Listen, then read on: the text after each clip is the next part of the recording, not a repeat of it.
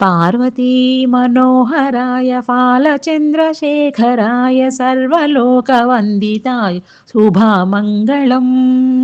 पन्नगहाराय नन्दिभृङ्गिसेविताय आनन्दताण्डवाय अतुलमङ्गलम् Kartikeya गुरवाय कामितार्थदायकाय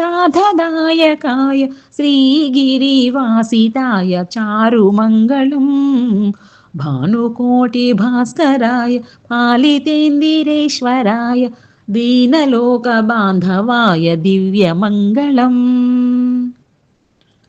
रुद्ररूपधाराय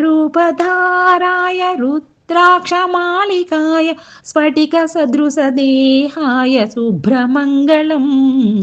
आद्यन्तरहिताय आनन्दभैरवाय अभयवरदायकाय अमितमङ्गलम् विनतभक्तरक्षकाय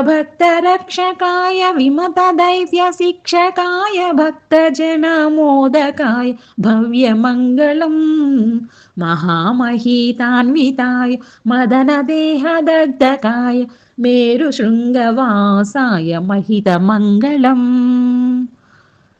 आगमान्तस्तुत्याय योगिहृदयसंस्थिताय भोगिराजकङ्कणाय भूरिमङ्गलम् कालगर्भभञ्जनाय कलिजनैकरञ्जनाय श्रीनीलकण्ठाय सर्वमङ्गलम् श्रीनीलकण्ठाय सर्वमङ्गलम् श्रीनीलकण्ठाय सर्वमङ्गलम् सर्वमङ्गलम्।